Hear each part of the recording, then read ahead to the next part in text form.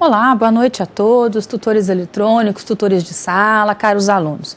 Eu sou a professora Alessandra Petrec e a partir de hoje nós teremos 3 encontros, 3 aulas, serão bem proveitosas, bem gostosas, para a gente falar aqui de um assunto muito interessante. Mercado financeiro e de capitais, de administração financeira, de como funciona, toda a questão administrativa financeira nacional e também o mercado de capitais, das bolsas de valores, que é um assunto para a gente muito interessante. Correto? Então nós teremos aí 3 encontros para falar sobre esse assunto que é bem vasto. É importante que além da nossa disciplina aqui, desse momento de encontro que nós temos, que vocês estejam lá olhando o nosso livro, que estejam vendo e bem atentos à nossa web aula, porque elas trazem complementos aí fantásticos para aprofundar o nosso conhecimento. Bacana? Então vamos começar o nosso assunto de hoje, a nossa primeira aula, falando aí sobre mercado financeiro e de capitais. Para a gente entender todo o mundo financeiro, o mundo de capitais, o mundo das bolsas de valores, dos bancos, a gente precisa entender logo de começo o que é financeiro, Sistema financeiro nacional. O que rege esse mercado financeiro no Brasil e como que ele é regulamentado, como que ele é operacionalizado, correto? Então, nessa nossa primeira aula, a gente vai falar do sistema financeiro nacional. Como que ele acontece, como que ele é operacionalizado, regido, quais são as suas normas e também a gente vai falar um pouquinho de política monetária nacional. Qual é a política do Banco Central do Brasil, a política do governo para lidar aí com as questões financeiras, com as questões de moeda. Para falar de financeiro, de finanças, a gente precisa primeiro entender o que é moeda, que é o sistema, que é a coisa, que nós utilizamos, o bem que a gente utiliza para trocar aí esses assuntos financeiros. Antes a gente utilizava, antigamente, muito antes, a gente utilizava troca.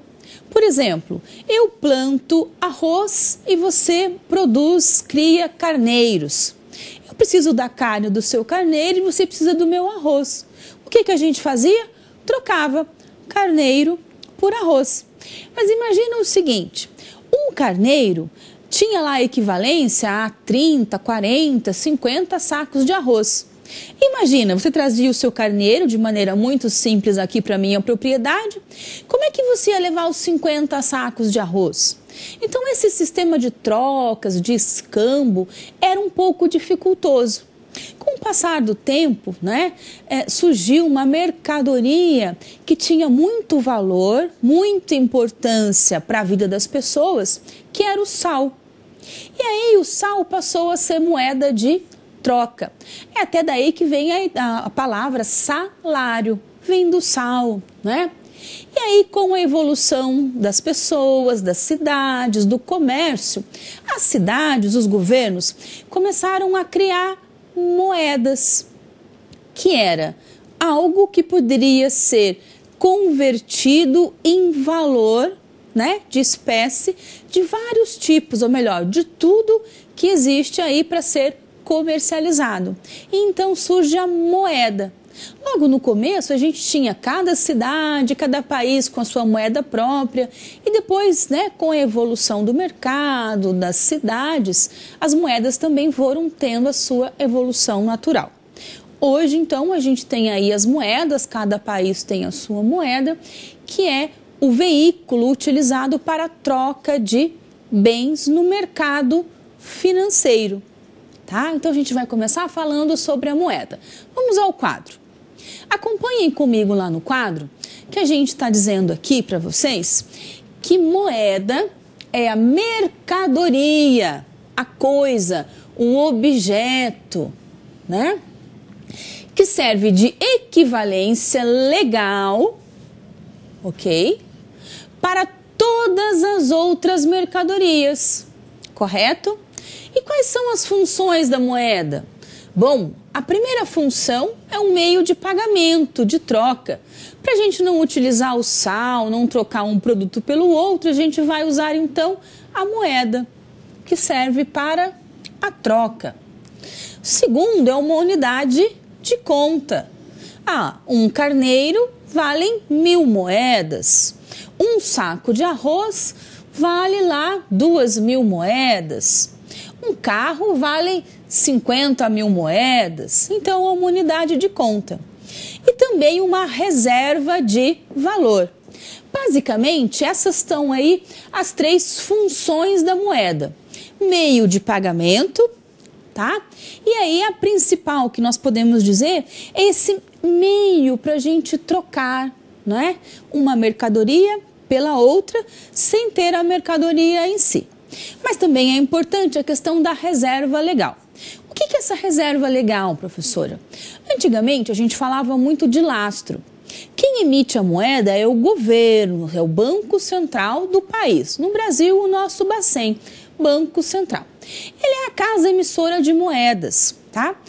Para mim, pegar um metal qualquer e fazer uma moeda, eu posso sair fazendo a troco? Não.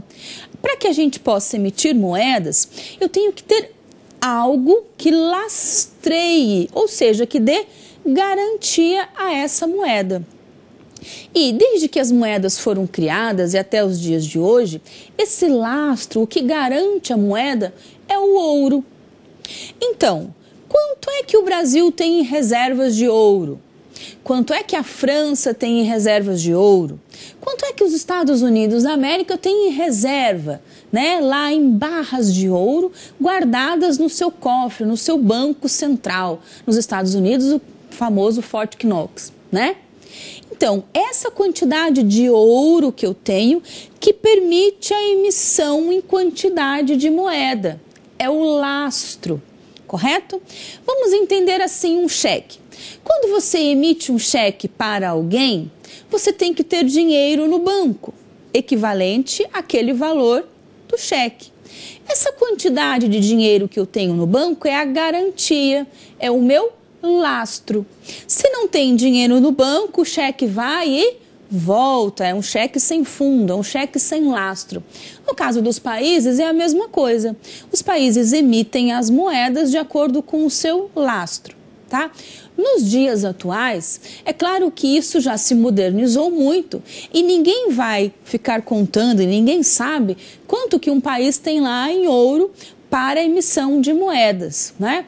Vai aí, então essas questões financeiras começam a vigorar, correto? Então, olha só, moeda é a mercadoria que serve para a troca de todas as outras mercadorias que nós temos. E é a moeda que faz com que o mercado financeiro exista. Que mercado financeiro? A troca. Você tem dinheiro para guardar. Sobra todo mês um pouco do seu salário e você vai guardar esse dinheiro, você vai poupar. Aonde você vai guardar? No colchão ou no banco? Numa poupança, numa aplicação? Eu não tenho dinheiro, vou no banco e pego o dinheiro que você, poupador, poupa e os bancos podem então emprestar. Toda essa movimentação, a indústria que paga salário através dos bancos, as pessoas que captam crédito, as concessões de crédito, os empréstimos, compra de casa própria, tudo isso é mercado financeiro, regido por um sistema financeiro. No Brasil, Sistema Financeiro Nacional. Vamos começar a entender isso um pouco melhor? Vamos ao quadro. Acompanhem aqui comigo. O nosso Sistema Financeiro Nacional, a gente pode dizer que ele tem início lá em 1808. Nossa, professora, com o nosso primeiro banco, o Banco do Brasil, que foi criado quando a família real veio para o Brasil, lá, fugida da guerra de Napoleão, veio se instalar aqui e aí então o rei criou o Banco do Brasil. E é aqui que tem início, então, o nosso Sistema Financeiro Nacional, correto? Em 1861, foi criada a Caixa Econômica Federal. E durante muitos e muitos anos, o país, Brasil, foi um país eminentemente agrícola. Então, o nosso sistema bancário eram bancos de créditos agrícolas, bancos que forneciam dinheiro para agricultores que vendiam lá o seu café e depositavam o seu dinheiro nesses bancos de crédito agrícola, correto? Em 1929, acontece um fato muito importante no mundo, né? A quebra da Bolsa de Nova York. Com a quebra da Bolsa de Nova York, aconteceu um efeito cascata no mundo inteiro. E esse efeito cascata, né, da quebra de 29, do crash de 29, também se refletiu aqui no Brasil. Nós éramos um país eminentemente agrícola e plantávamos e exportávamos o quê? Café. O café é uma commodity, né? Aí operacionalizada em Bolsa de Valores. Com a quebra da Bolsa de Valores, não se compra mais commodity café, não se consegue mais vender, exportar o café. Então, nosso país, nosso governo, né, começa a pensar assim, acho que agora é o momento de um início de industrialização do Brasil. Ora, para construirmos indústrias, precisamos, além das indústrias, de escolas que treinem esse pessoal que vai trabalhar na indústria. Precisamos de rodovias, ferrovias, portos. Então, toda a industrialização do nosso país traz consigo uma série de desenvolvimentos. E para isso precisava do quê? Dinheiro. E aí, então, nós temos início nos bancos, no sistema financeiro nacional, o crédito para desenvolvimento do Brasil. Começa, então, aí realmente um sistema financeiro nacional. Bancos que começam a emprestar dinheiro, não só para o governo, mas para as pessoas construírem, implantarem indústrias. Então, é um marco muito importante no mundo e no Brasil. A quebra da Bolsa de 29, traz consigo um processo de industrialização e com ele um processo de renovação ou de início, né, do nosso sistema financeiro nacional. Bacana? Voltando lá ao quadro, acompanhem comigo que logo depois aí da quebra de 29, o nosso sistema então começa a ser montado porque havia necessidade de financiamento. Em 1945 acontece um outro fato muito importante, a criação da SUMOC. O que é SUMOC, professora? Superintendência da Moeda e do Crédito, né? É o início de um sistema financeiro. Podemos dizer que é o berço do Banco Central do Brasil. Tudo bem? Em 52, criação do BNDES, do Banco Nacional de Desenvolvimento Econômico e Social. E aí, em 64, a Lei 4.595, que estrutura o nosso sistema financeiro nacional.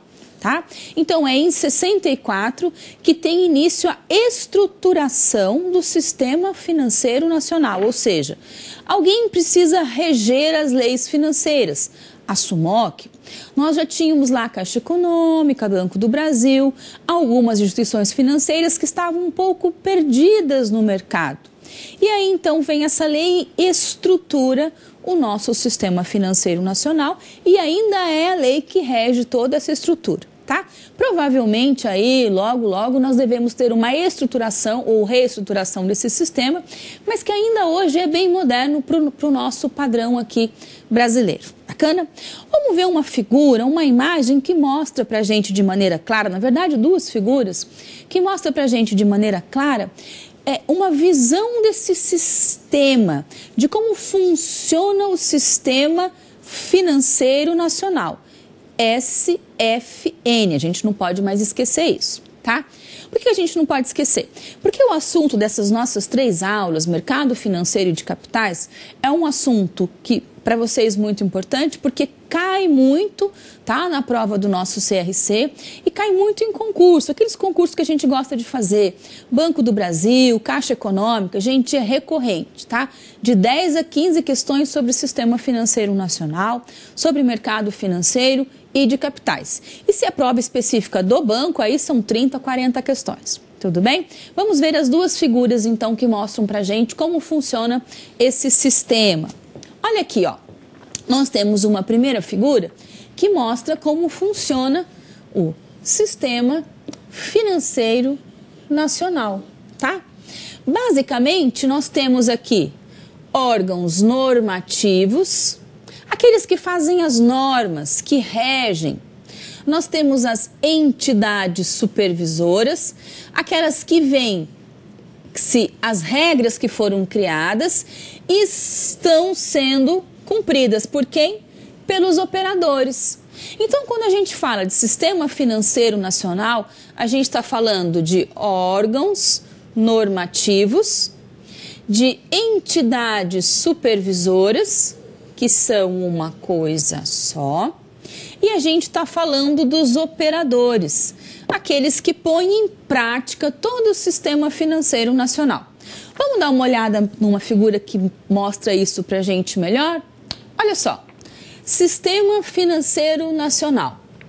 Então, nós temos um órgão maior que é o CMN. O que é o CMN? Conselho Monetário Nacional. É um conselho. São pessoas escolhidas dos bancos, do Banco Central, do Banco do Brasil, do governo, que se reúnem em conselho para tratar dos assuntos financeiros, econômicos de moeda no nosso país. Tá? Aqui a gente tem o órgão maior, tá? Que faz as regras do jogo. Bacana? Fazendo parte, nós temos o Bacen, o Banco Central do Brasil, Bacen, e a CVM, Comissão de Valores Mobiliários. Esses três fazem parte, então, do sistema normativo e do sistema aí que a gente fala de supervisão, tá? E aí a gente tem uma divisão clara aqui. Do lado de cá, nós temos então as instituições financeiras, bancárias, tá? E as instituições não financeiras. Então nós temos Banco do Brasil, e o Banco do Brasil, mesmo estando aqui no operativo, ó, daqui para baixo é o operativo, ele também tem lugar no conselho, tá? Nós temos BNDES, ó, não financeiro, nós temos Caixa Econômica, nós temos os bancos, todos os bancos dos estados, por exemplo, Banestes. Banestes é o Banco do Espírito Santo, acabou de abrir concurso essa semana. Banco do Nordeste, Banco da Amazônia, o BASA. E temos as instituições públicas e as instituições privadas. Então, no sistema operativo, que faz com que aconteça aí todo o nosso sistema, empresta dinheiro, capta dinheiro, poupa dinheiro. E do outro lado, nós temos a CVM, que é a Comissão de Valores Mobiliários. O que a CVM faz? Ela vai cuidar das empresas de capital aberto, ou seja, das SAs, da Bolsa de Valores, tá? Ela vai cuidar aqui das corretoras de títulos de valores mobiliários, das corretoras e de operadores.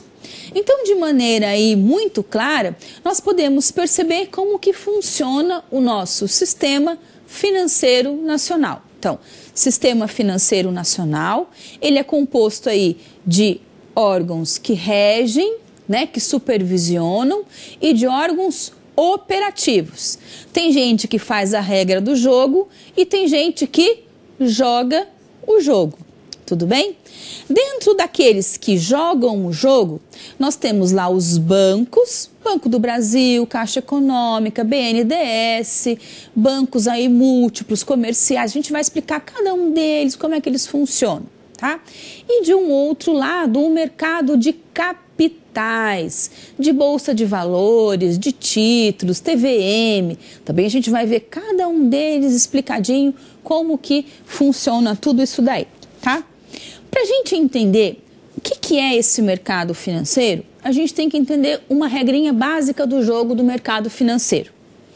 É como se a gente vivesse, o mercado financeiro fosse uma gangorra, tá? De um lado dessa gangorra, eu tenho poupadores.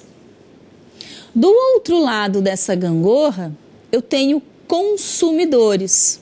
Tudo bem? Toda vez que o consumo aumenta, cai a poupança. Toda vez que a poupança aumenta, cai o consumo.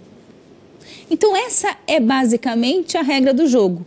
De um lado tem gente que guarda dinheiro, de outro lado tem gente que precisa de dinheiro. Vamos ver agora mais uma figura que mostra pra gente todo esse sistema complexo que fica bem claro para a gente. Vamos à figura. Acompanhe aqui comigo. Olha só. Nós temos, no início aqui do nosso sistema financeiro nacional, os agentes superavitários. Para a gente entender o que é agente é toda pessoa, toda empresa, todo aquele que negocia no mercado financeiro. Agente é a palavra que os economistas utilizam, para não falar pessoas que têm dinheiro, pessoas que podem guardar dinheiro, que querem guardar dinheiro, a gente chama de agentes superavitários, quem tem dinheiro para guardar. O que essa pessoa faz? Ela guarda dinheiro no colchão? Algumas ainda guardam, outras não. O que elas fazem? Depositam isso em instituições financeiras, bancos, aqui chamados de intermediadores financeiros. Então eu posso colocar em poupança, renda fixa, eu posso aplicar na bolsa, são os mais variados tipos possíveis de aplicação. Ou seja, capitalização, guardo meu dinheiro e recebo juros por isso, tá? Então, juro alto, bastante dinheiro guardado. O que esse banco faz com o meu dinheiro? Empresta para os agentes deficitários. Quem é o agente deficitário? Aquele que vai comprar casa própria, aquele que compra crédito, aquele que financia o seu carro, qualquer pessoa que precisa de dinheiro e não tem. Então, quem tem dinheiro deposita no banco e o banco empresta para quem não tem, correto? Essa pessoa faz o quê? Paga em prestações ao banco aquele dinheiro que o banco lhe emprestou, faz os seus depósitos. O banco, então, devolve o dinheiro com juros para os agentes superavitários, tá? Como é que funciona isso? Vamos entender aqui, ó, uma gangorra, tá? De um lado, os consumidores, de outro lado, os poupadores. Quanto maior forem os juros, maior a poupança, correto? Quanto menor for os juros e menor o preço, ou seja, a gente tiver bastante promoção, maior o consumo, tá? Então essa aí é a nossa gangorra do sistema financeiro nacional, correto? De um lado, as pessoas que têm dinheiro para guardar, para poupar, as empresas, as instituições financeiras, que aplicam em bancos, em instituições, CDC, CDI, né, no mercado aberto, aí títulos do governo. E aí o que o banco faz? Porque o que é o trabalho do banco, né? Do banco múltiplo, das casas de crédito. A mercadoria do banco é dinheiro, ela compra e vende dinheiro, moeda, tá? E vende para quem? Para os agentes que precisam desse recurso. Então essa é a ciranda aí do sistema financeiro nacional, tá? Todo esse sistema financeiro, ele é regido por juros, tá? Taxa de juros, Selic, a gente escuta falar isso o tempo todo, né? No Jornal Nacional, o William Bonner está falando que a reunião do Copom aumentou a Selic, diminuiu a Selic vai se manter. O que é Selic? O que é taxa básica de juros? O que são juros, tá? Tudo isso, então, juros é o valor pago pelo dinheiro ou recebido pelo dinheiro. Bacana? Então, esses juros aí que regem todo esse sistema financeiro nacional, correto? A gente vai ver então agora um vídeo muito interessante que mostra pra gente como que funciona aí essa questão do Copom e dos juros e da Selic. Vamos ao vídeo. Boa noite. Começou hoje a primeira reunião do ano do Comitê de Política Monetária, o Copom. É nesse encontro que o Banco Central decide se mantém ou se altera a taxa básica de juros da economia, atualmente em 7,25% ao ano. Veja agora como a Selic afeta a economia. A Selic é chamada de taxa básica porque é nela que os bancos se baseiam para pegar empréstimos entre bancos e nas aplicações que as instituições financeiras fazem em títulos públicos. A Selic funciona como um piso das outras taxas de juros usadas no país, do cheque especial, dos cartões de crédito, dos empréstimos. Quando o Banco Central reduz a taxa, o objetivo é que o crédito ao consumidor fique mais barato. Mas a queda não é na mesma proporção. De julho de 2011 a dezembro do ano passado, a redução da Selic foi de 42%. No mesmo período, a taxa de juros média para a pessoa física teve queda de 26,7%. Vem diminuindo, mas a gente não consegue ter essa percepção no dia a dia. No Brasil, o que se comenta, o que se sabe é que os juros de cartão de crédito e juros de cheque especial são exorbitantes. Em cima desse custo de captação, você tem uma série de outros custos, né? Custos administrativos que ainda são elevados, apesar de terem se reduzido, os impostos que ainda pesam sobre as operações financeiras e a margem de lucro dos bancos, o spread bancário, que é elevado, não só porque o lucro dos bancos, o lucro líquido é elevado, mas também porque você tem uma inadimplência elevada no Brasil e isso tudo leva a um juro elevado tanto ao consumidor quanto ao setor produtivo, quanto às empresas. Economistas do mercado financeiro ouvidos pelo Banco Central não esperam uma mudança na taxa Selic ao final da reunião do Copom, que começa hoje e termina amanhã. Segundo especialistas, um corte ou um aumento dos juros poderiam atrapalhar a economia. Quando a taxa de juros é muito baixa, por que isso estimula o consumo? Porque eu posso ir lá no banco, pegar um crédito e a partir desse crédito comprar um automóvel, comprar uma geladeira, um fogão. Então, quanto menor os juros, maior é o estímulo ao consumo. Por outro lado, se eu subo muito a taxa de juros, este custo fica muito caro e, portanto, as pessoas ficam desestimuladas a consumir.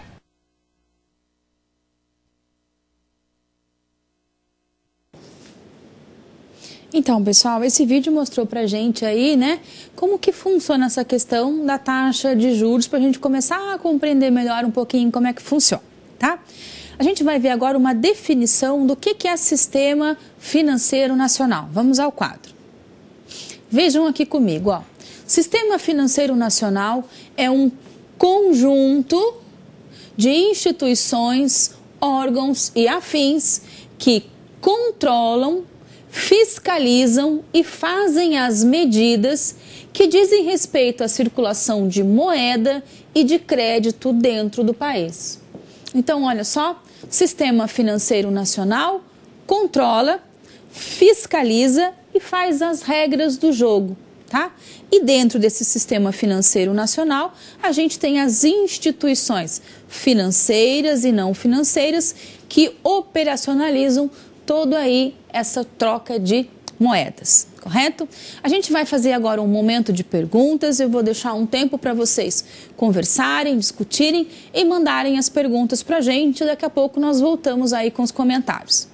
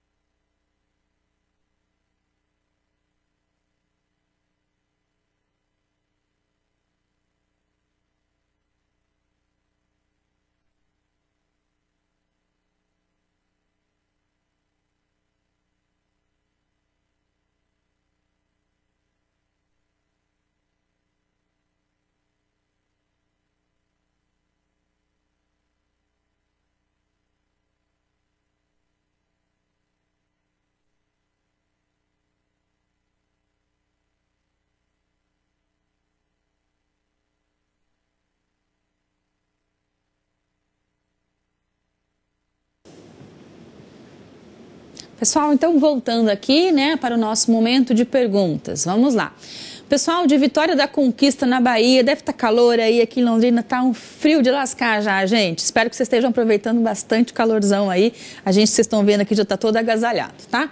Pergunta assim, professora, o desequilíbrio das contas públicas tem influência sobre o sistema financeiro? Com certeza, todo o desequilíbrio das contas públicas tem influência no sistema financeiro. Então, vamos falar do Brasil? Vamos falar da Grécia? A Grécia acabou de abrir lá a concordata pública. O que é isso? O governo grego quebrou. Se o governo quebra, o que acontece? Desemprego. Se tem desemprego, as pessoas não têm mais dinheiro para gastar. Se não tem dinheiro para gastar, o que acontece? Quebram todas as empresas. E aí é necessário vinda de moeda de outros países, por exemplo, da Alemanha, né? Ou no caso, por exemplo, da Colômbia, de Cuba, dinheiro brasileiro. Então, tudo o que acontece no sistema financeiro nacional sofre influência e é influenciado pela política econômica do governo e pelo aí desencontro do sistema do nosso governo, tá bom? Nós acabamos de ver a semana passada, a nossa presidente, a Dilma, conseguiu aprovar lá a questão da mudança fiscal, né? Que mudança foi essa? Então, ela precisava fazer um ajuste nas contas para que o país pudesse retomar a sua economia. Então, ela tem lá um certo patamar para cumprir, né? Tanto de inflação quanto de gastos, né? Equilíbrio entre receita e despesa. O que aconteceu? Nosso país gastou mais do que tinha de receita, há um desequilíbrio. O que a gente faz? Muda a meta fiscal para que haja equilíbrio. Assim mesmo, professor, é assim mesmo. A gente pega e empurra e aí a gente consegue ter um equilíbrio fiscal. E com isso, com a nova meta, a gente consegue ter uma economia aí com um pouco mais de fôlego. Bacana, mas tudo que acontece sim no governo reflete na nossa economia. Aliás, antes da gente perceber, já foi aí, já aconteceu o reflexo, tá bom? Pessoal de Anápolis pergunta assim, professora, o aluno Renato pergunta como se define o valor da moeda, né? Então, cada país tem um valor de moeda? Não, não é cada país tem um valor de moeda. Por exemplo, a gente tem uma moeda de R$1. O que é uma moeda de R$1? Uma moeda de $1. Por que $1 equivale a 3 moedinhas de reais e mais um pouquinho, né? É a relação aí entre oferta e demanda de moeda, tá? Então, quando a gente tem um equilíbrio entre oferta e demanda, a gente tem uma moeda mais forte. Quando a gente tem um desequilíbrio, taxa de juros muito altas, a gente tem aí uma inflação elevada, isso faz com que a nossa moeda perca valor relativo em comparação às coisas, tá?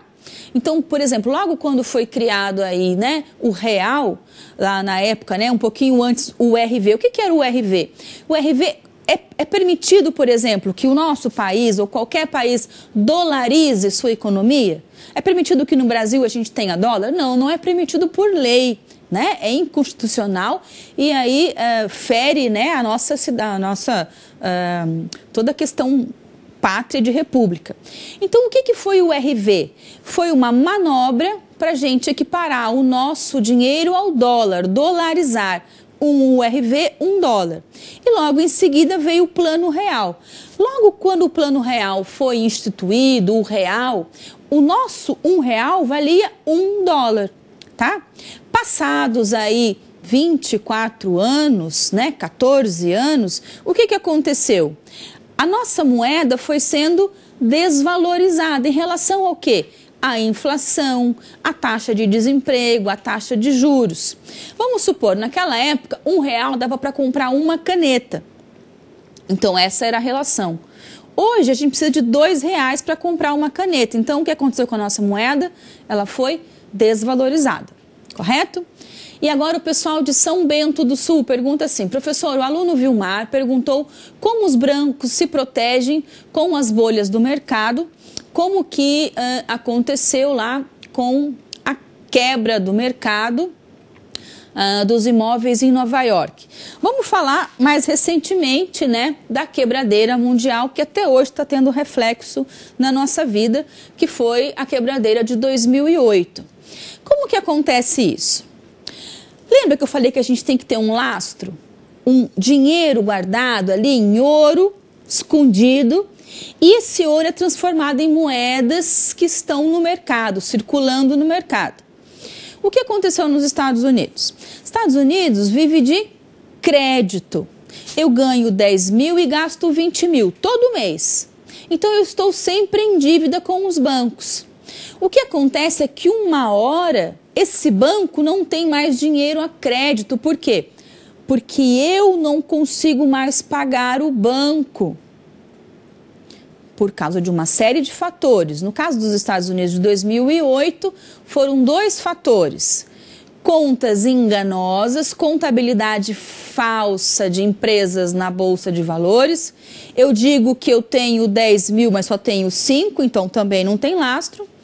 E as pessoas começaram a hipotecar a hipoteca de suas casas. Chegou um momento que eu não tenho mais dinheiro para pagar o banco não tem a quem recorrer, por quê? Porque não tem lastro, quebra tudo. É como se eu não tenho um alicerce, dá um terremoto, a casa cai. Como é que os bancos fazem para se prevenir? Barram o crédito. No Brasil está acontecendo exatamente isso agora. Até o ano passado, todo mundo tinha cartão de crédito, podia comprar carro, estava fácil para comprar. Você ia lá e conseguia, nossa, eu consegui comprar um carro zero, 72 prestações me venderam. Hoje, isso já parou. Exatamente este mês, o crédito foi cortado para mais da metade.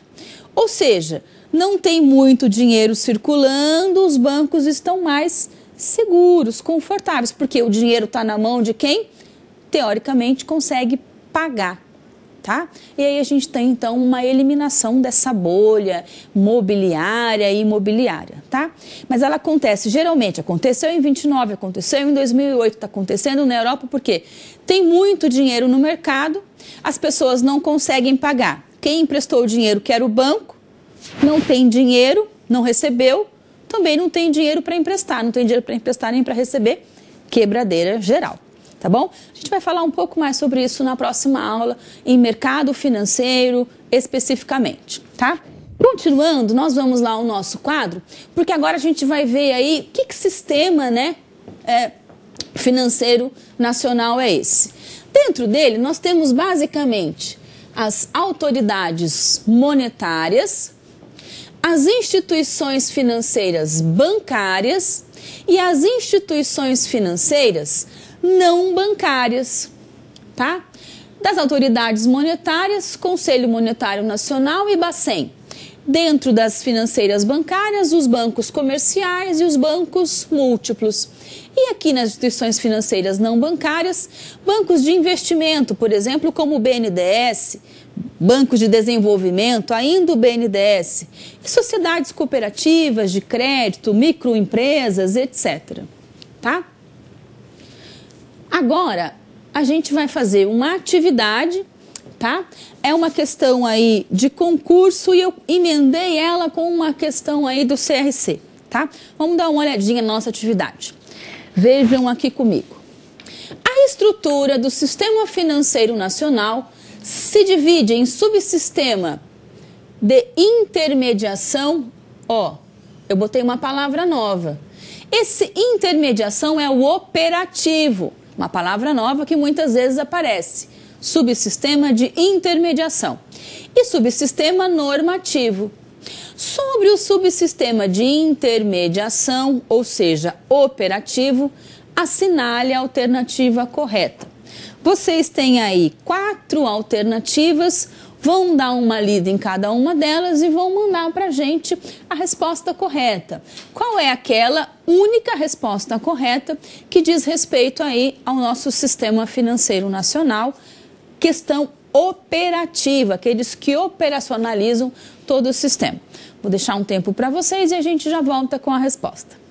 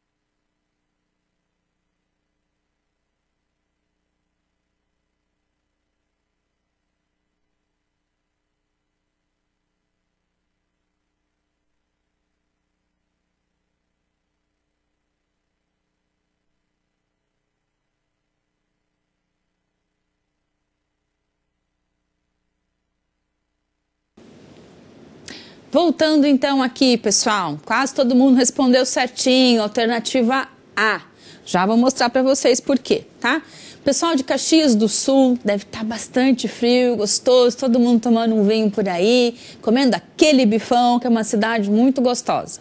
Respondeu certinho, pessoal de 3 de Maio também, Araranguá, Porto Velho e Juazeiro na Bahia, onde deve estar calor, gostoso, ai que vontade de estar aí. Todo mundo respondeu certinho, letra A. Vamos ver por que é a letra A? Vamos ao quadro comigo. Vejam aqui comigo, pessoal, olha só. A gente está falando do subsistema de intermediação. O que é intermediação?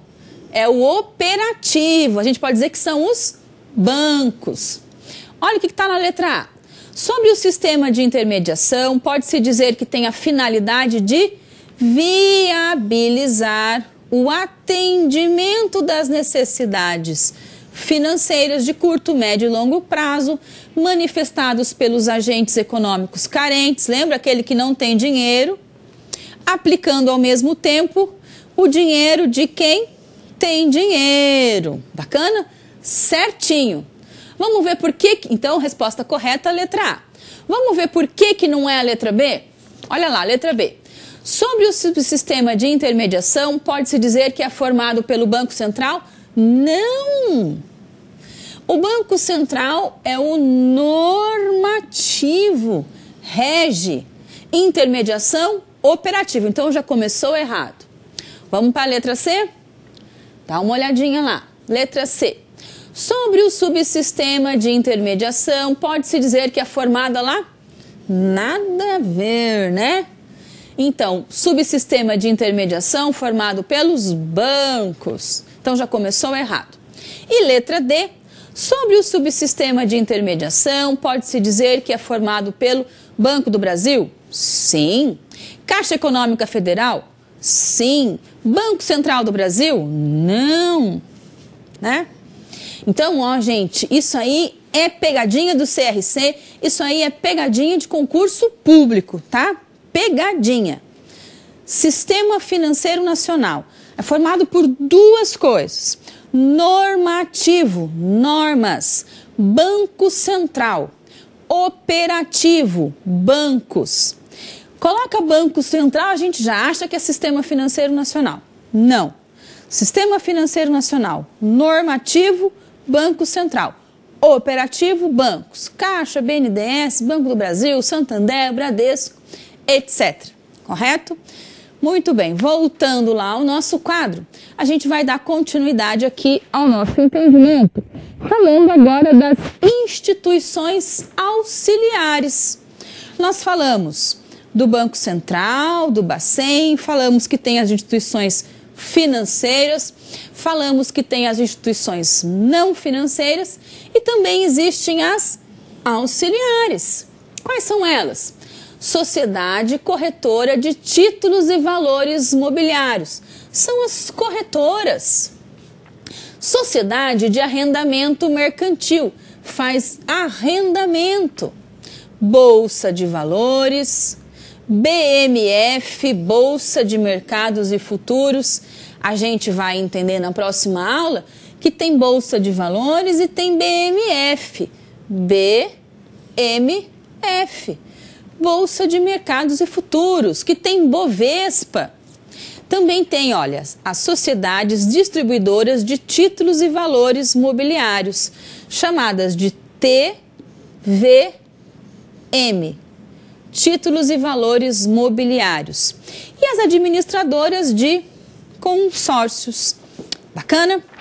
Então, essas aí são as auxiliares, tá? Então, vamos começar a entender um pouquinho mais profundamente. A gente está falando que o Sistema Financeiro Nacional é formado por duas coisas: normativo e operativo. Vamos ver isso lá no quadro? Acompanha comigo, que vai ficar cada vez mais claro para a gente. Olha só, o Sistema Financeiro Nacional pode ser dividido em supervisão, normativo. Lembra de regra, pode ser que apareça a palavra regra, tá? E operativo, operacionaliza, tá? O que é o de supervisão? Faz as regras que definem parâmetros para transferência de recursos, moeda, e supervisiona o funcionamento de instituições que façam intermediação monetária. Aqui a gente tem os bancos. E aí, o operativo torna possível que as regras de transferência de recurso, de moeda, definidas por esse pessoal aqui, tá? Sejam possíveis, tá bom? Então vamos lá. Subsistema normativo, que regulamenta, que fiscaliza. Quem é esse pessoal? CMN, Conselho Monetário Nacional. Bacen, Banco Central do Brasil. CVM, Comissão de Valores Mobiliários. Quer ver quem faz parte desse pessoal aí? Olha quanta gente! Conselho Monetário Nacional, Conselho de Recursos Financeiros, Banco Central do Brasil, Comissão de Valores Mobiliários, pessoal que trabalha com seguros privados, a Superintendência dos Seguros Privados, a Brasil Resseguros, Conselho de Gestão da Previdência Complementar, Previdência Privada e a Secretaria da Previdência Complementar, tá? Então vejam, esse aí é o pessoal do subsistema normativo, ou seja, quem dá as cartas, quem faz as regras do jogo. Os mais importantes atores aí dessa regra do jogo é o Banco Central do Brasil, a Comissão de Valores Mobiliários, tá? E aí o Conselho Monetário Nacional. Vamos ver o que cada um faz, qual é a função de cada um nessa regulamentação e supervisão? Lá no quadro está bem explicadinho para a gente. Olha só. Bacen, Banco Central do Brasil. Professora, por que a senhora colocou o Bacen primeiro e não o CMN? Vamos entender? Porque o Bacen, o Banco Central, é o mais conhecido. É aquele que está dia a dia, diariamente na nossa vida, vivendo junto com a gente.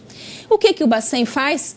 Supervisiona todas as outras. Além de banco, emissor do dinheiro, é ele que faz moeda, que emite moeda. E executor, da política monetária nacional. Pode ser uma política expansionista, pode ser uma política reducionista, tá? Ou seja, coloca muito dinheiro no mercado, tira dinheiro no mercado, tá? Política monetária, a gente já vai falar sobre ela. A Comissão de Valores Mobiliários, tá? Que é quem possibilita a movimentação em bolsa de valores e do mercado acionário. Bacana? E aí o Conselho Monetário Nacional, que é o pai das duas crianças, que cria as políticas de moeda e de crédito de acordo com os interesses nacionais, tá? De acordo aí com os interesses nacionais. E onde é que estão esses interesses nacionais? Então, quando a gente vota em um candidato, um prefeito, um governador, e no caso da política financeira, num presidente, né, a gente vota nos ideais dele. E muitos desses ideais têm a ver aí com o quê? Política de emprego, política de desenvolvimento, de privatização, de estatização, tudo isso é política econômica. E política econômica é a política que rege o sistema financeiro nacional. Bacana? Então aí é a comissão, essa comissão que faz com que essas políticas sejam determinadas e também, muitas vezes, determinísticas, tá bom? Agora a gente vai para um momento de perguntas, a gente falou bastante, conversou bastante. Vou deixar então um momento aí para vocês pararem, refletirem, conversarem e mandarem as suas dúvidas para a gente. E a gente daqui a pouco volta aí com os comentários. Bacana?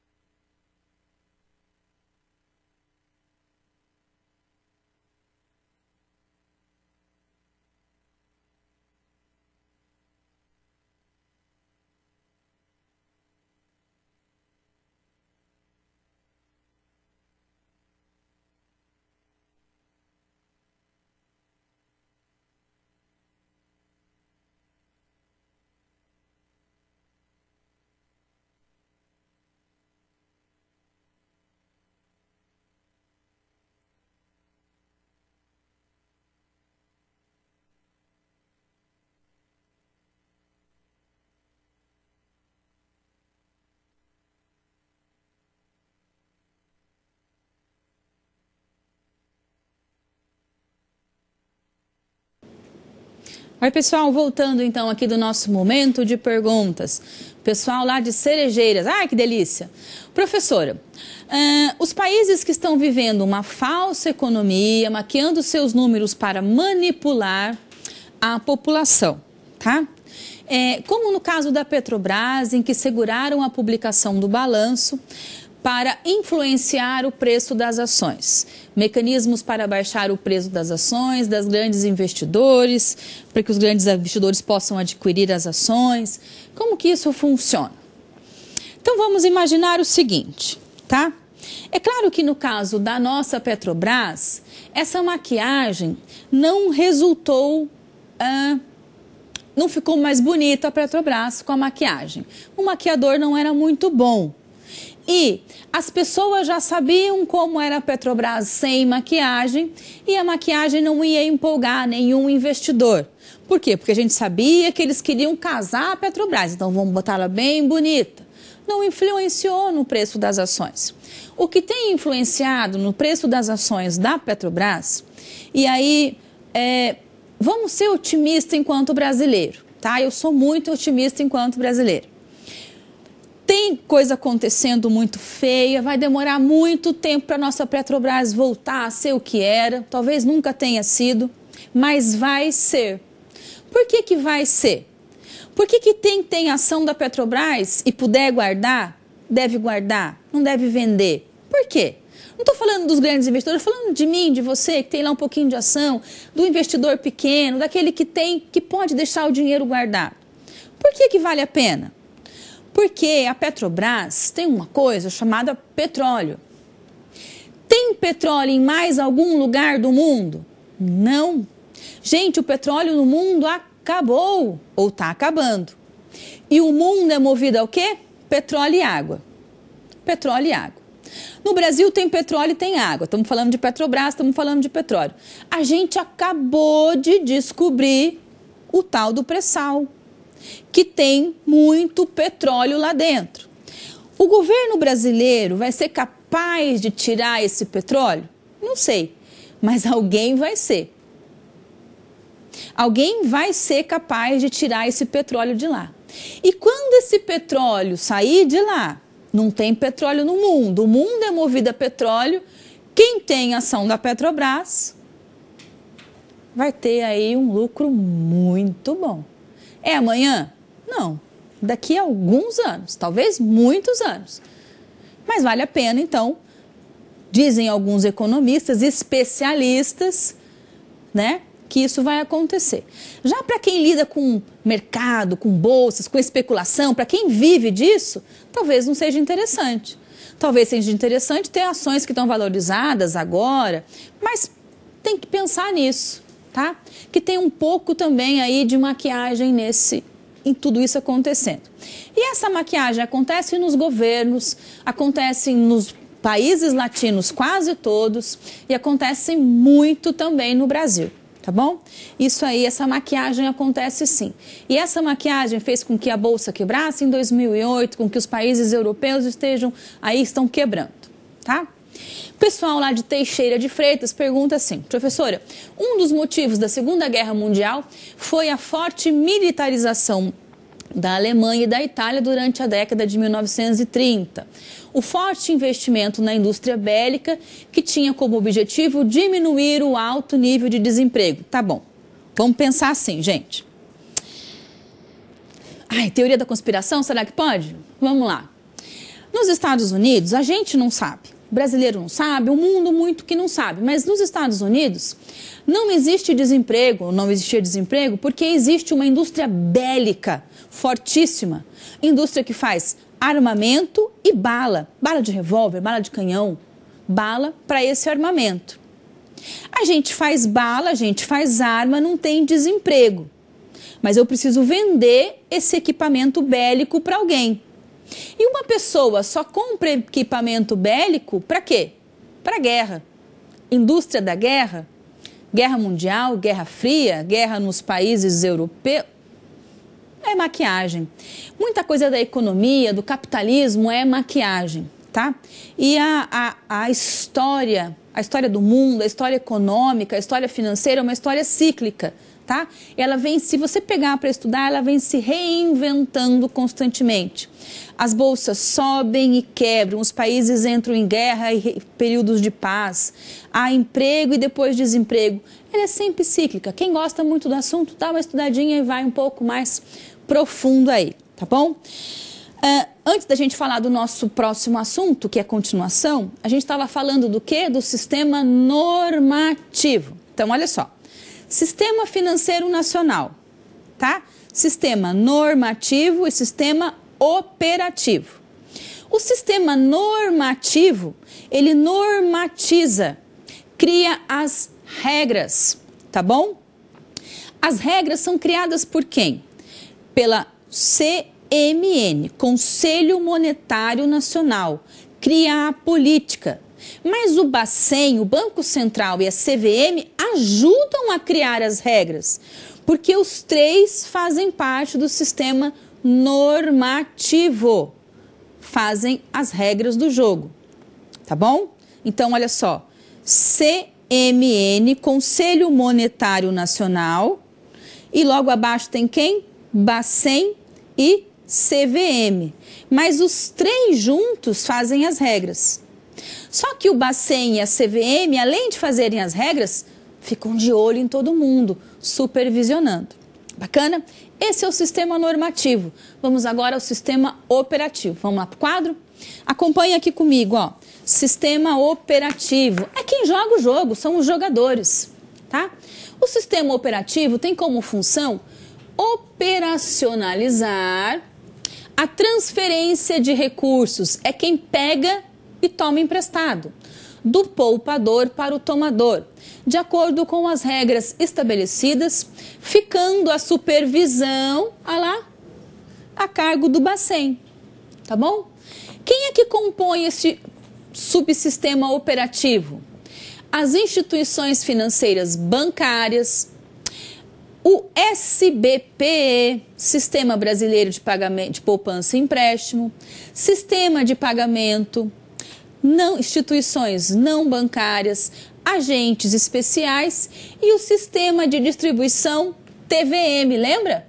Títulos e valores mobiliários. Dentro das instituições financeiras bancárias, a gente tem, por exemplo, Caixa Econômica, Banco do Brasil, cooperativas de crédito, Sicredi, bancos comerciais, bancos múltiplos e os cooperativos, tá bom?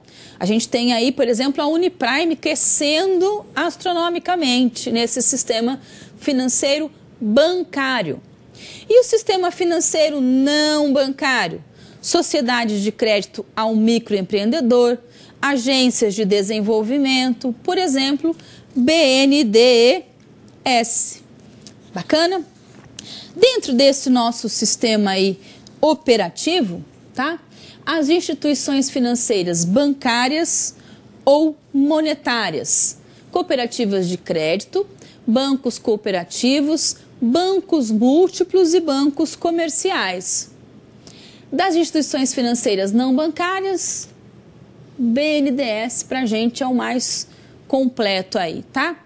E as instituições de distribuição de títulos e valores mobiliários, liquidação de custódia e valores mobiliários, tá? E aí, aquelas instituições administradoras de recursos de terceiros, entidades prestadoras de serviços financeiros regulamentados, as instituições do Sistema Nacional de Seguro Privado e as prestações de serviços não regulamentados. Bacana? Então, essas são aí as nossas instituições do sistema operativo. Precisa decorar tudo isso? Não, precisa lembrar sim, que alguém faz a regra do jogo. Quem faz a regra do jogo? Conselho Monetário Nacional, Bacen e CVM. E o resto? O resto opera, joga o jogo. Sistema operativo. Bacana? A gente agora vai ver um vídeo que vai mostrar pra gente aí toda a questão dos juros, da Selic, que fica às vezes um pouco confusa, a gente escuta falar, vê no Jornal Nacional, mas não sabe como é que isso acontece. Esse vídeo mostra de maneira muito clara para a gente entender. Vamos ao vídeo.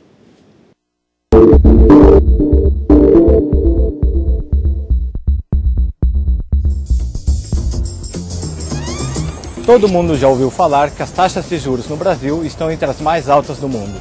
Mas por que isso acontece?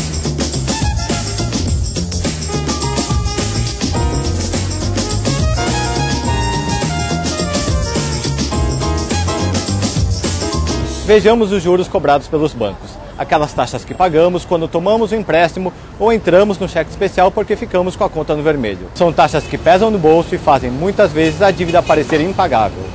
Se eu pego R$1.000 de empréstimo no cheque especial e os juros são de 10% ao mês, depois de um mês a minha dívida sobe para R$1.100. Esses 10% vão gerar um custo adicional até que eu pague toda a minha dívida. Mas como o banco chega a essa taxa de juros? O ponto de partida é o custo dos recursos que são levantados pelos bancos. Esses recursos vêm do dinheiro que é tomado emprestado no mercado financeiro, com referência na taxa básica de juros definida pelo Banco Central, a Selic. Essa taxa hoje está em 11% ao ano. O Banco Central define a taxa básica de acordo com o nível de atividade da economia, além da inflação. Se a economia cresce em um ritmo acelerado que faça os preços subirem mais que o desejado, o banco sobe os juros para encarecer o custo do dinheiro no país, freando toda a atividade. Ou seja, por menos de 11% ao ano o banco não vai emprestar. Mas quando o seu banco cobra essa taxa de você, pessoa física, ela chega a 30%. Por que tanta diferença? Aí entram outros fatores que vão compor esse percentual. A maior parte da taxa de juros corresponde à margem de ganho do banco pelo empréstimo. Assim como uma fabricante de eletrodomésticos cobra por uma TV um preço que é superior ao custo que ela teve para produzir o aparelho, o banco empresta dinheiro a um custo maior que ele pagou para obter os recursos. Mas nem todo mundo que toma dinheiro emprestado consegue quitar a dívida no prazo. Às vezes, atrasamos o pagamento em algumas semanas. E tem gente que não paga. É o famoso calote. Para não ficar com um rombo nas suas contas, os bancos criam uma espécie de reserva de emergência. E parte desse dinheiro vem das taxas de juros. Além disso, bancos também pagam impostos. Assim como acontece com produtos que compramos nas lojas, o empréstimo fica mais caro por causa dos tributos pagos aos governos. Por fim, custos administrativos dos bancos também pesam sobre a taxa. Reduzir o custo do dinheiro que os bancos tomam no mercado para realizar suas operações, aumentar a concorrência entre eles e diminuir o ônus da inadimplência são medidas que tornariam possível ao país ter juros menores. Isso estimularia o mercado de crédito, com ganho para pessoas, empresas, bancos e governos.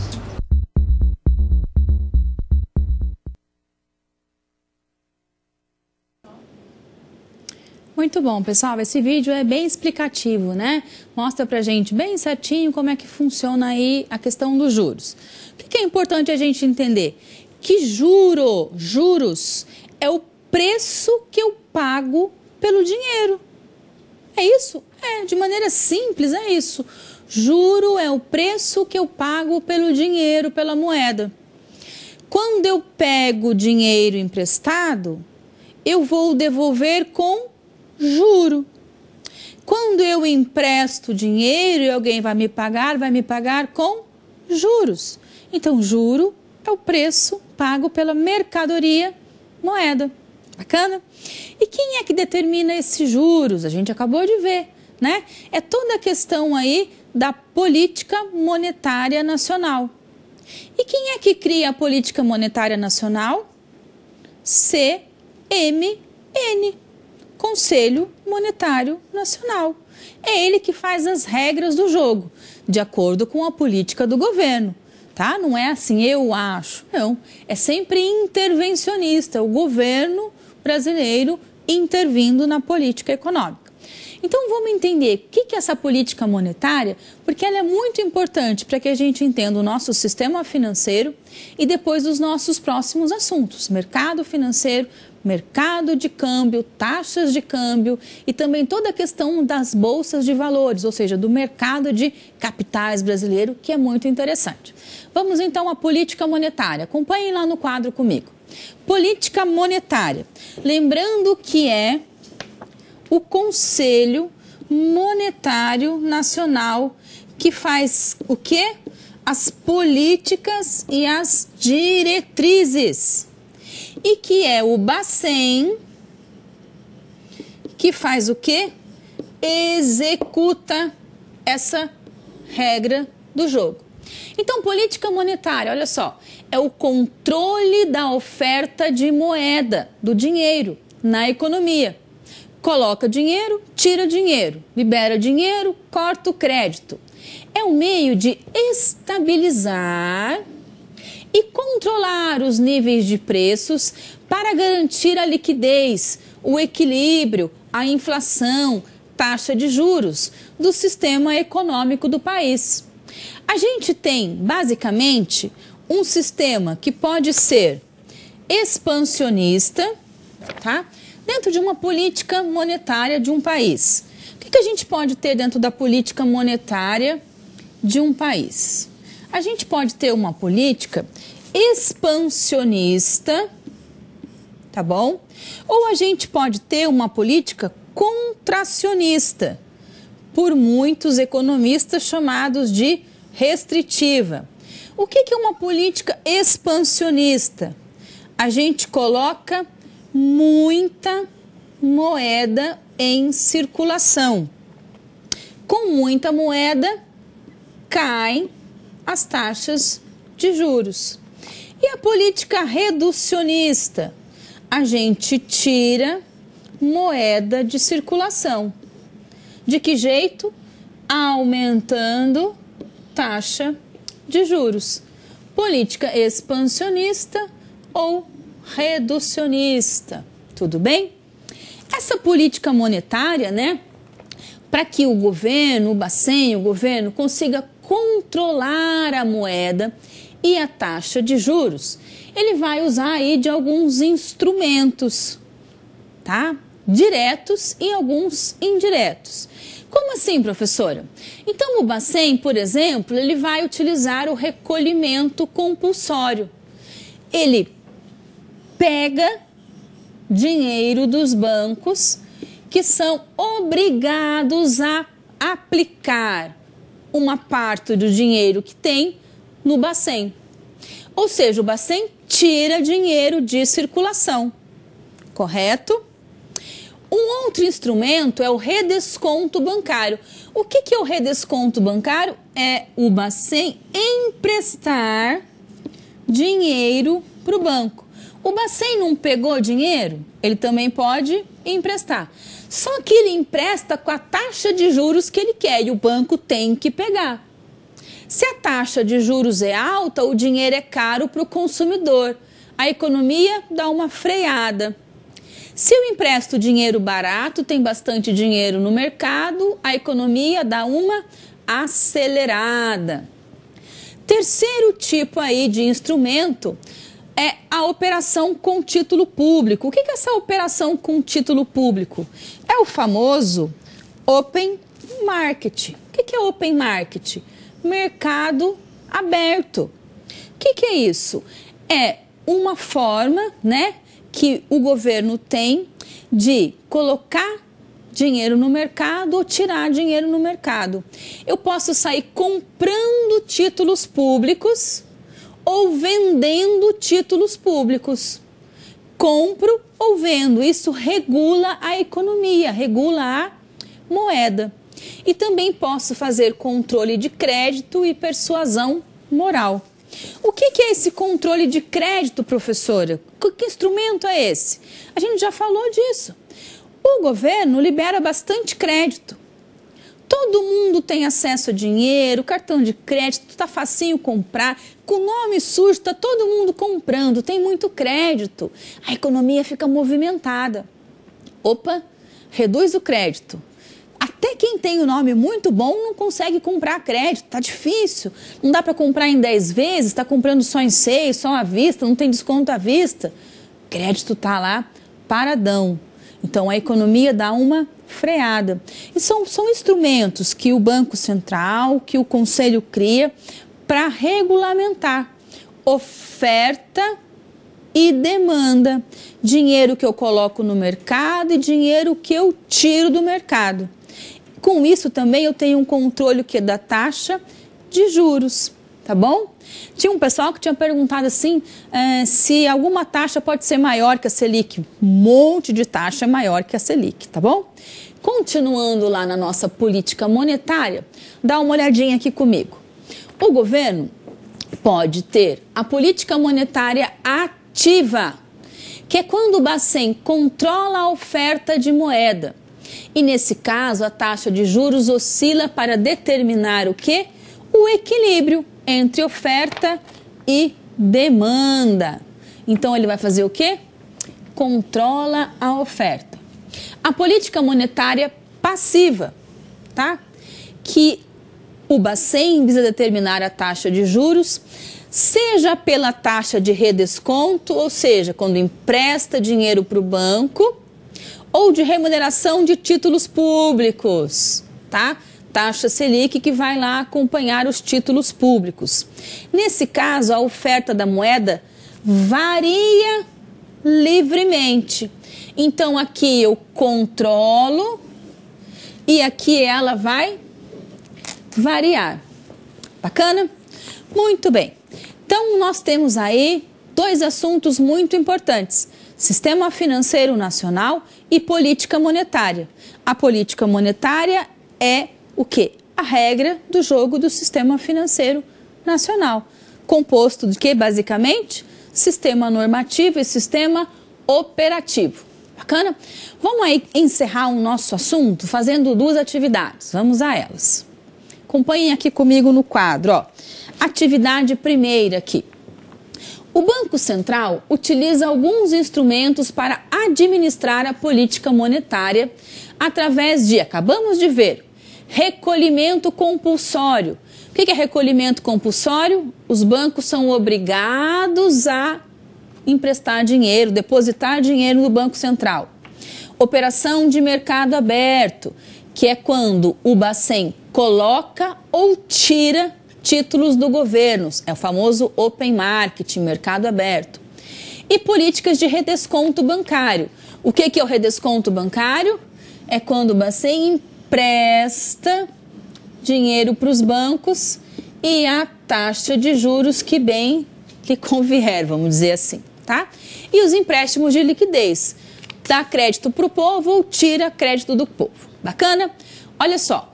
Sobre o recolhimento compulsório, assinale a alternativa correta. E aí vocês têm algumas questões para ler. Recolhimento compulsório é o quê? Um instrumento que o governo usa para tirar dinheiro do mercado. Bacana? E a nossa próxima pergunta lá é sobre política monetária. Vocês também leiam ela atentamente e aí a gente daqui a pouquinho volta respondendo as duas questões. Certeza que vocês vão acertar.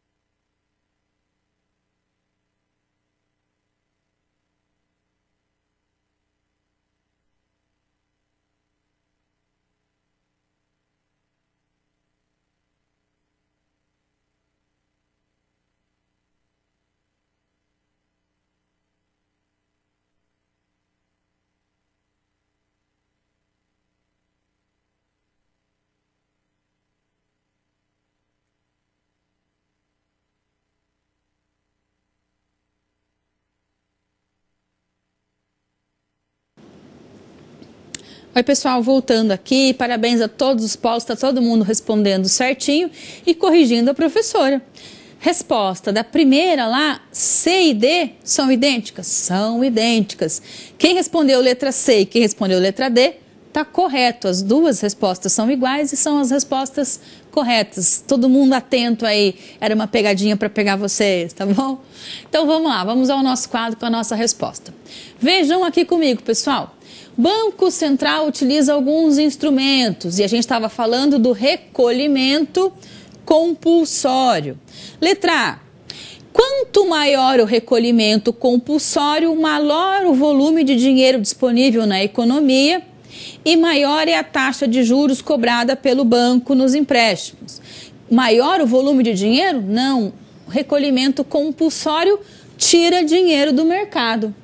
Letra B, vamos lá, dar uma olhada na questão B. Quanto menor o recolhimento compulsório, menor o volume de dinheiro disponível na economia e maior é a taxa de juros. Não, né? Maior é a taxa. De jeito nenhum. É menor a taxa também. Menor dinheiro, menor taxa. Letra C e letra D, idênticas e corretas. Vamos entender? Ó. Quanto maior o recolhimento compulsório, quanto mais dinheiro o Bacen tira do mercado, menor o volume de dinheiro disponível na economia. E maior é a taxa de juros. Se não tem dinheiro, juros sobem. Corretíssimo aí quem marcou letra C ou letra D, parabéns. Nossa próxima questão era: a política monetária pode ser definida como? Então, nós falamos lá. Letra A. O controle da oferta da moeda e das taxas de juros que garantam a liquidez ideal de cada momento econômico, ou seja, é a maneira como o Estado controla a quantidade de dinheiro que circula na economia. Gente, corretíssima letra A. A gente nem precisa dar uma olhada nas outras. Por quê? Porque a primeira já está super correta. Bacana? Parabéns a todo mundo que acertou aí. Gente, foi assim, um prazer muito grande estar aqui com vocês, os polos todos participando, mesmo depois de uma prova pesada e difícil, todo mundo estudando. Fiquei realmente muito contente. Semana que vem a gente está de volta aqui para falar de um assunto fascinante para todo mundo, porque mexe com a nossa vida, não é isso? Agora eu vou deixar vocês com um vídeo muito interessante e a gente volta então terça-feira que vem. Grande abraço para todo mundo e até lá.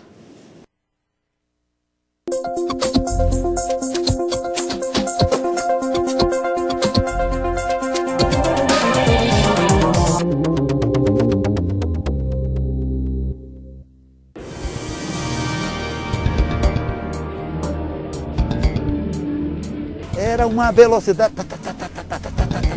Até hoje, ao fazer compras no supermercado, José Antônio não se esquece da remarcação de preços na década de 80. Inflação altíssima, o produto chegava toda hora, era remarcado. Os preços podiam mudar num piscar de olhos. Aqui, por exemplo, esse feijão, eu pego aqui, ele está com esse preço, chegava lá já queriam cobrar outro. Acontecia isso também. A inflação era tão alta na década de 80, chegando a quase 2.000% ao ano no fim de 1989, por exemplo, que a população vinha ao supermercado e tinha um comportamento que não é visto mais hoje. As pessoas compravam a maior quantidade de produtos possível. A meta era estocar mercadorias como o macarrão, por exemplo, em casa, já que no outro dia o mesmo produto tinha um valor bem mais elevado. Ou seja, o dinheiro valia cada vez menos.